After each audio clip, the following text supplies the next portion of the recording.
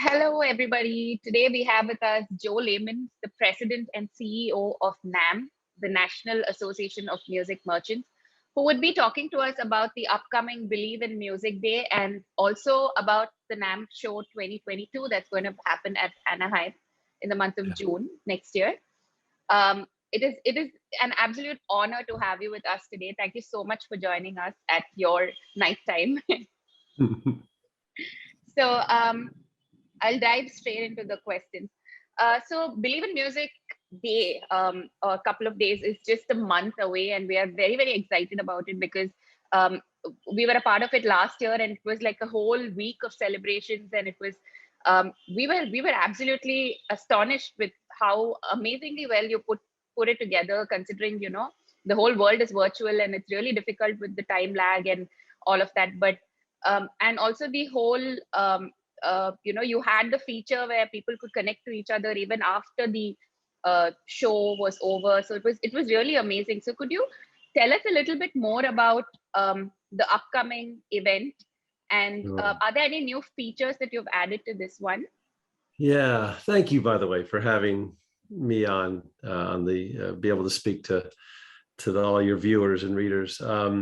Yeah, last year was we've all been through so much with the pandemic. It has been just a crazy time. And I first of all hope everyone's doing okay over there. Every time I read a headline, there's a new variant coming out of somewhere, and every time I think we take two big steps forward, we take another step backwards. But yeah, putting ourselves where we were last year, it was very the biggest acceptance was to realize we couldn't do the physical NAMM show. We've been doing it for so long, and that was the hardest decision to make, was that we couldn't safely produce a trade show here in California. It just wasn't to be. So that's where Believe in Music was created, around a table like this. What can we do? How can we bring the global industry and all our friends around the world together, even if it's going to be on a computer? So Believe was really kind of the replacement. It was whereas this year we actually are having a NAMM show, so Believe is really going to be different.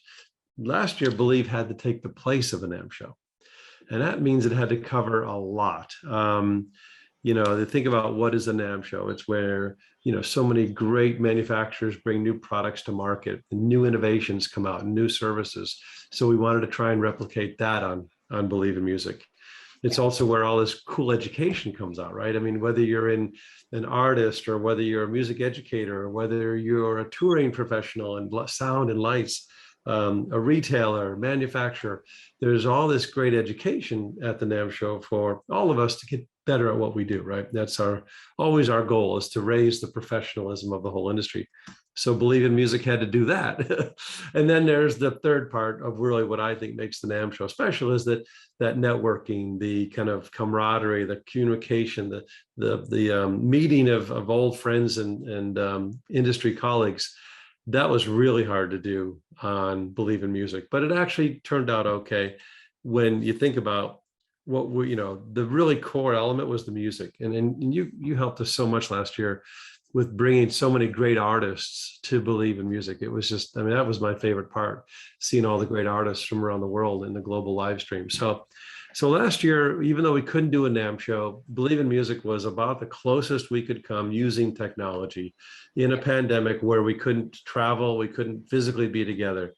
In some ways, I hoped we would never do a Believe in Music again, because I hope that we would never have the reason to do it again. But I also saw the opportunity that it gave us. Believe in Music allowed us to have much more participation around the world. I think we had viewers in something like 188 countries for Believe in Music Week in January last year. Whereas at a typical NAMM show, we're lucky 125 countries maybe can come physically to the show. And even that's amazing, right, when you think about it. Absolutely. Yeah, so I think what the virtual event gave us was the ability to reach more people with our messages, and again, create that community with the industry. So Believe this year is going to serve two functions. It's going to be a little different than last year. It doesn't have to replace the show. It's going to lead into the show. It's a bridge to the show. So we will repeat the things that we really loved: the global live stream of artists around the world, literally handing off to another artist as after they play their song to another country. We're going to have a marketplace where the exhibitors will launch new products, although I suspect that many of them will launch a lot of new products in June at the physical NAMM show, right? Which is really maybe the best place to launch new products and innovations. So that we will have a marketplace, and then we're going to have the education. I think I was just looking at the education offerings. It's like, everything from marketing on TikTok to what virtual reality audio will be like, to what the future of touring is going to be like. The idea of the pandemic has taken this whole idea of large festivals and touring and made us stop and go, how are we going to do this in the future? How are we going to safely create large festivals and gatherings like the NAMM Show? So really, education that's very focused on where we are today. How are we going to navigate out of the pandemic? But what it really is, this Believe in Music idea, it's going to be on Thursday, January 20th, California time, live, and then Friday, Saturday, Sunday into the weekend. But what it is a bridge to the physical NAMM show, which is going to be June 3rd through 5th, Friday, Saturday, Sunday. So this is kind of a twofer for us. And I'm really happy about that, because I didn't like the idea of Believe as a replacement for the physical gathering was, I don't know, it wasn't the best. I mean, I know we had to do it and everyone had to do it, but I've been going to NAMM shows since I was 21 years old, and I just love them. and to be able to do a physical show again, to me was really the most important thing. So Believe in January has a lot of the things we learned last year, and then overlaid with a lot of the new things we're doing. The technology is way better. The platform we use, Swapcard, they've added like 10 iterations to the platform. Much better networking, much better video, much better intuitive navigation. And a lot of people who used it last year will be able to really use it this year. It'll just seem like, oh yeah, that's Swapcard. They remember it. But keeping the education timely on what's happening right now, but really encouraging people to say, let's be together in June physically, and then having NAMM Show Plus, which is basically the Believe in Music platform, is going to be on top of the NAMM Show. So we'll have a virtual component to the show, streaming and broadcasting, so all the people who might not be able to get to Anaheim in Southern California in June can still participate in the NAMM Show through this platform. So I know it's a lot. I just threw a lot at you, but that's sort of the plan as we know it right now.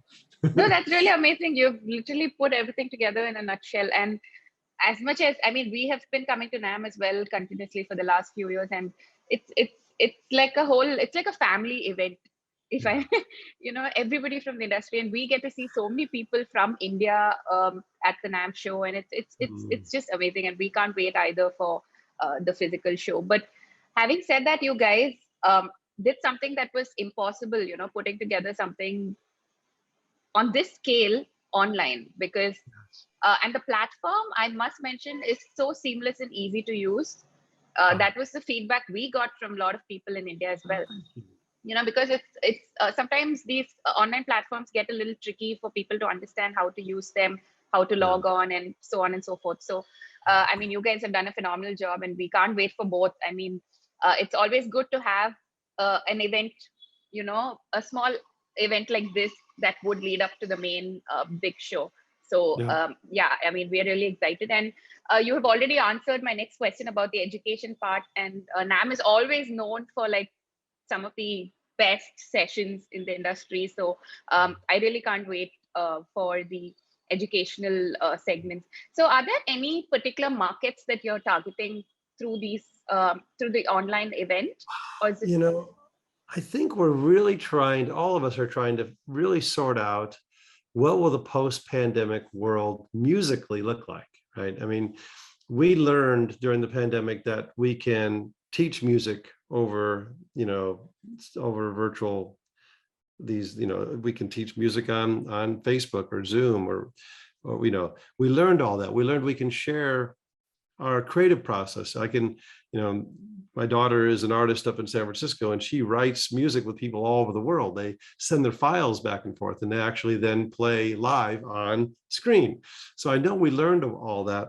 And we also learned how much we missed live interactive music, though. So when I think about where the focus will be as an industry, I think as an industry, we all are looking to how do we take the best things that we learned through the pandemic, how to be connected, how to share, how to really express, have so many people be creative. I mean, it's been a boom for musical instruments in many places around the world that people have discovered, I want to play guitar, I want to play piano. So we've created, a real positive energy for music. And I think as an industry, we need to think about what happens afterwards. How do we combine what we've learned during the pandemic and bring it into the future when we get back to live music, when we get back to music education in classrooms? So to me, I'm most curious. I'm like an archaeologist. I'm looking at clues. I want to follow the clues as to where they go. And I don't know where they go yet, but I believe we're going to find this combination of what we learned during the pandemic, when we get back to the tradition of being together and making music, and then putting this technology on top of it, that will even make us more creative and more able to share. I think that's where we're going, but I'll follow the clues. I'm going to be like Indiana Jones. I want to find out where's all this going. And the only place to really find out is at the NAMM Show, because you see everything, that's when I get my best information, is I look at the show floor, like what areas are growing. Is it guitars and drums, or is it electronics and software? I can just look at, it's like the most accurate place to see where the industry's going is the NAMM Show floor. And I think it's the same for everybody, like for the entire world, like the music industry as such. NAMM is like, you have like a plethora of different things happening, and everybody is like, it's also overwhelming to be able to cover the entire show floor. And it's normally 4 days. I think this time you only have it for 3 days. So 3 days this time. Yeah, so that's one more day less. So you have to work even harder to see it all. Yeah. Exactly. Yeah. So from the talking about the online format from this year, 2021, to now, the one that you're putting together, what are some of the changes that you have seen in the industry as a whole? Because there has been a transition from 2021 to 22. So are there any important changes that you have noticed? Well, it's funny. I'm not sure if you experience this in your market, but the amount of people making music is higher than we've ever seen. And the biggest challenge we have now is supply chain. There's just a shortage of instruments, shortage of guitars, shortage of keyboards. It's crazy to think that, the pandemic did this. It brought music to more people's, they reconsidered their priorities, I think, a lot of people, and they realized how important things like music or family or just, very traditional things. So I'm not sure if you've seen that, but that's been one of our big trends. The issue we're dealing with in some ways now is live music, and concerts, tours started coming back the last few months. And the challenge was there were so many artists trying to come back on tour that there weren't enough people, there weren't enough crew, sound engineers, lighting engineers, everyone involved in the touring industry. Many of them during the shutdown went off and left the industry and went off and did different things. So the lighting companies, the sound companies, venues, they're all struggling to find people, especially skilled people. And I think, what we're concerned about is things like safety, we're part of an organization called the Event Safety Alliance, and it is designed for, a lot of other people like sports, but also for musicians and promoters and people involved in the live music to make sure we do these things safely. I do believe we have the responsibility, if we're going to bring thousands and thousands of people into a venue, we have to keep them safe. And so one of our concerns is with so many new people coming into that side of the business, we need to make sure they're trained properly to be safe, to think about all the potential risks. And again, there'll be a whole education track for that at the NAMM Show, because we want, this new generation of professionals to be as trained as possible. But that's an area we're worried about. All the live music coming back. Now it may stop with the Omicron variant, we'll see, but they need to come back um, in a way that is professional. So we want to make sure that we bring the industry back, because so all the artists want to tour at once. Everybody wants to go on tour immediately once the Absolutely. venue's open. So, so music education, pretty solid. Hobby and home music, Yep. awesome. Touring, we've got to make sure we get that back in a really professional way, you know. Yeah. So in India, it's, to answer your question, like you mentioned, there have been like a rise in the number of artists that have emerged in this whole pandemic situation. Because it's now everybody can sit at the comfort of their homes and then produce music, create music. So the number of singer-songwriters that were born, it's amazing.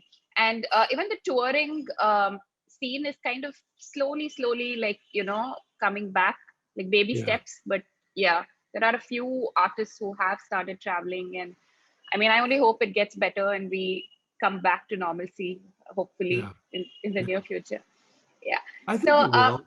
I think it will. I mean, I think human nature will. I mean, we've never lived through a pandemic. You know, maybe our parents or grandparents did. We never have. exactly, But I think there's a pattern to them, a rhythm to them. And I think absolutely, afterwards, there's actually a very positive um, return to things that we really value, like live music. absolutely, absolutely.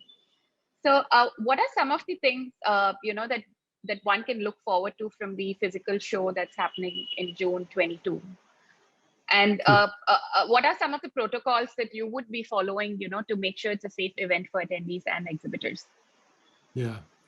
Yeah. By the time June comes around, it will have been 2.5 years since we had a NAMM show. So first and foremost, I think as an industry, just coming together to assess where we are is maybe going to be a very important thing. The industry will look different than it did then. Like we lost some companies bought other companies. There's been new companies that were launched that we haven't even met yet. So there's in that amount of time, a lot of things changed. The technology changed, how instruments are sold, like say, or recorded. We all have these new microphones now for our computers. I mean, the whole industry looks a little different than it did before. So we're going to have to assess that. We as an organizer have to think very carefully about health and safety, whether we'll have vaccinations or testing. I don't know what the world will look like in June, but California has been very strict about health and safety protocols. So to do a large event in California, we're going to have to be very strict on making sure that everyone is safe. That's our responsibility. But yeah, I think, what I'm thinking, I could be wrong about this, but I have a hunch that yes, companies have launched some product online and they've done some of their own, even, company product launches. But I think there's going to be, after 2.5 years, an explosion of new innovations that companies have been just tinkering with for all this time. And obviously there's been, challenges of supply chain and chips and materials and all that. But I've seen what happens when our industry every year comes out with great new wonderful products. Can you imagine after 2.5 years what they're sitting on? So I think Wow. there's going to be some really, really cool. I don't know. I'm guessing here. I just have a suspicion, but I think there's going to be some tremendously cool new products or new technologies that are launched at NAMM. Absolutely. I mean, think about NAMM shows. Thomas Edison launched many of his inventions at NAMM shows. Yep. MIDI, synthesizers. I mean, the NAMM show was the place where so many of these groundbreaking technologies were introduced. So I think we're going to see some of that in June too. Oh, can't wait. It's going to be really exciting. A lot of futuristic uh, innovations we're going to see, I think. I hope so. I mean, I'd be disappointed if we don't. No. I mean, NAMM always surprises us with, some amazing launches and products. So, yeah, like you said, after 2.5 years, I can only imagine what we are going to be in for. I hope so. Yeah. Yeah. I only wish you it would last longer and more than 3 days to cover the entire event. Well, the day before is also a very busy day with meetings. A lot of the Yep. companies, what's interesting, I'm not sure if it's happening there, but a lot of companies with the pandemic have said people can work from home. Yep. And some people have moved like different states in the United States even. And so Absolutely. Same here. I think there's a lot of companies who are going to have meetings at the NAMM show, and it may be the only time the whole year they see each other physically. True. So I think the days before the NAMM show are also going to be very busy with companies having what they call all hands on deck meetings or Yeah. planning meetings. And I think that may be, kind of a surprise use of the gathering for people who work remotely. They'll finally be able to see everybody in one room. And, strategy, planning, everything is better when you're in the same room together. This is okay. It definitely helps. I couldn't fly to India right now to do this interview, so it's working that we're Yeah. able to still do this. But Absolutely. it's still better to be in the same room, I think, when you're doing important things, right? Yeah. No, that's absolutely true. There's nothing like meeting somebody in person and having a conversation. I Yeah. mean, but of course, having said that, we should be thankful that we are able to sit in two different time zones and still have a conversation. So, yeah, How lucky we are. Can you imagine if the exactly, pandemic had hit 30 years ago, we wouldn't be able to do any of this, exactly. I know. maybe 20 years ago. Yeah. So, yeah. Yeah, absolutely. So, are you expecting? Do you have like a prediction of, the kind of footfall that you're expecting for the NAMM 2022 show? Good question. So much depends on where the pandemic is then. I'm trying to go visit Japan. We have a lot of members there. And last Friday, Japan shut the country down again because of this Yep. new variant. So, there's a lot of travel that I have booked that is so risk depending on when countries open up. I was just texting with Andy Zildjian tonight. He just got back from Scotland. He was telling me how many tests he had to take over there to get on the plane, fly home, take a test in the US, and then his factory's in Canada. So he had to take another test to go into Canada. So in the last 3 days, he said he's had like 9 COVID tests. So, for people to travel from around the world to come to Anaheim, my hope is that by June, the last year in June was the lowest case in most of the world in June of last year, of this past year, 2021. So I'm hoping that by June, which is why partly we moved it. We wanted to move it to a time of year when there would be less likelihood of outbreaks. It's a warm time here. So if we have good luck with the pandemic and caseloads are down, if countries will open up, I hope we'll have a show, maybe not as big as 2020. 2020 show was our biggest show ever in the history of NAMM. It'll probably take us a couple of years to get back to that again. But if people can travel and we can get the countries in safely, then I think we're going to have a maybe not as big as 2020, 3/4 of the size maybe. But again, so much depends on things that are completely out of our hands right now. Yeah, That's and why I'm I think turning gray. I had no gray hair before the pandemic. Look at that. Look what it did. I think I think we still have some time, and I'm just going to be positive and think that it's probably going to be bigger and better than the 2020 show. Who knows? We really, I mean, NAMM is so close to everybody's hearts. It's like I said, it's a family event, a family gathering. So, I mean, let's just hope for the best. But yes, these COVID tests and countries shutting down is a bit of a concern. But I think it's all going to be okay. Yeah. So our goal for the show, and I just, many people that may be watching this have not been to the show or maybe seen pictures that you bring back or you write it up. But our goal for the show had always been a crossroads.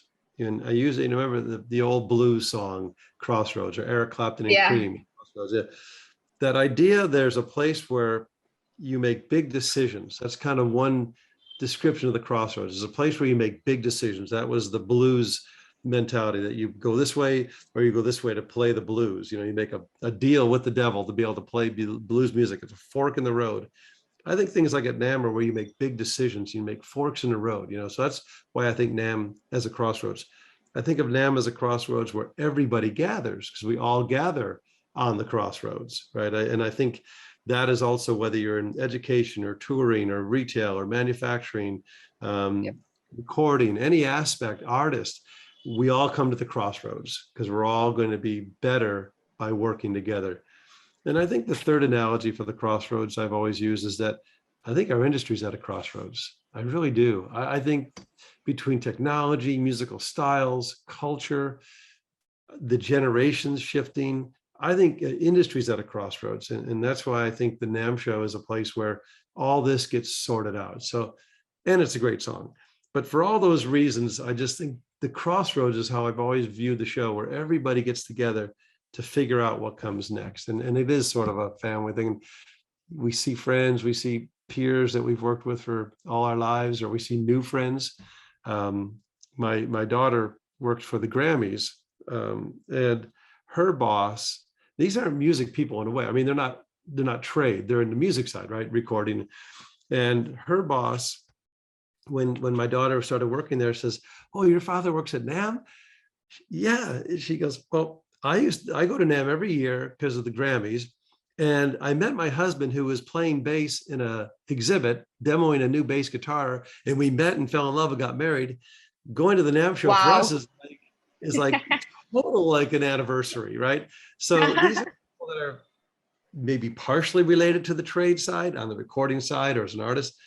But that's the family feel that we've tried to create at the show, that, that's all part of our family. And we live or die together as a family. That's how I've always thought about it. That you can't separate. We all have to work together. So, but yeah, I think that's how I've always hoped. And God, I went to the show when I was 21 years old, my first time. 21? Oh, I just turned 22, my first NAMM show. And, I was like walking around going, whoa, it's so big.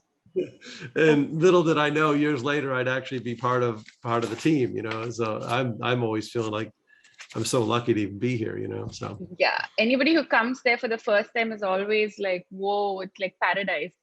Because last year, a lot of musicians from India, I mean, in 2020, they traveled to the show, and they were just so amazed. And everybody's already waiting for the next physical event. Yeah, so we're very excited. Okay, so what do you expect from the Indian market for the show, the 22 show? I think your music scene, I definitely need to learn more about your music scene, but you have many worlds. You have the technology and film and TV music, and you've got a very rich cultural, traditional music. Classical music. Yeah. I mean, it's really how those two worlds exist, and probably layers upon layers underneath that I don't even understand. I'll be curious to see on the global live stream what artists are selected to play, because that'll give me a good indication. I think it was one of the artists last year where I saw an interesting performance, and I'm pretty sure it was from an Indian band, a mix of super technology and almost like rapping with really traditional instrumentation and rhythm. And they combined it. I thought that was really, really cool. They were all different artists. Like, they were artists from different parts of India, and who came together to put together a showcase. And this year also we are working with the NAMM Show to put together something different. We're looking at something different this year. So I hope it turns out really well.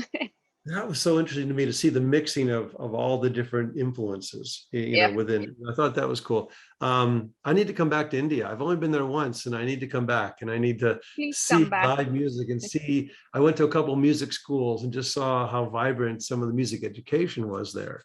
So I have to go. It's a long flight though. My gosh, I think I was jet lagged for a week after that one. It's almost like 24 hours. It is very long, but it's worth it. You should come, and if you come, you should come for a long time. So there are so many different states and different cultures and different music. So you'll be amazed, and different instruments. You'll be surprised to see the kind of instruments that exist in India. So well, I'm a drummer, so I love all the percussion. I mean, you have such unbelievable rhythmic culture. And A as a lot of drummer, I'm Indian just going, percussion how do I instruments, so learn all many, this music? yeah, like, we have so many Indian percussions. I think, yeah, you should totally like make a trip to India sometime. Okay, maybe Betty and I will come. Betty Yeah, Hengwood, who runs all our kind of international I know. issues. I'll bring Betty and I will come. We went last time. Betty and I went together. But that must have been years ago, right? A while ago, yeah, maybe Yeah. 10 years. Maybe 10 Oh years my ago. God. Oh my God. Um, It's changed A, a lot. You have to come again. a lot And of the change food, since of then. course, the food is something. Food was fantastic. Food was Yeah. fantastic. Traffic was terrible. Yeah, in Then some again, cities it then is. again, I live in Southern California. We have terrible traffic too. So yeah, what Exactly. am I complaining about? Yeah. So lastly, what would be your message to the readers of the Score magazine, the readers and followers? Yeah, I just think this generation, your readers, are the ones who are going to define what comes next. And I would urge them to not ever feel constrained by what came before them. Now is a time to just be creative and not be held to the past. I mean, I think if anything the pandemic taught us is we are free to create new music. I'm not sure if you've watched any of the new Peter Jackson Beatles. There's a new film that they put together on some of the Beatles recordings from 1969. They were just so creative. They were breaking boundaries on almost everything they were writing at that point. And I sort of feel like we're ready for that again, right? And so I would urge the readers to just whatever's in here, play it, sing it. Don't worry about whether it's popular. Don't worry about if you think it'll sell. That's not how it works. You be creative and the world will catch up to you. Don't try and be something else for somebody else. Find what's in here, play it and sing it and get it out into the world and let the world catch up to you. Amazing. That is so well said. Thank you so much for your time and for doing this with us. We really can't wait for the online event and also the main show in June 2022. And we hope to see you there in person. And yeah. Well, thank you for all your help and all your support. That's how this works. We're just so blessed to have friends like you and others that just help us create all this stuff. It's never done alone. It's always done with friends like you. So thank you. Thank you. We're a big family, and I think it's only going to get better.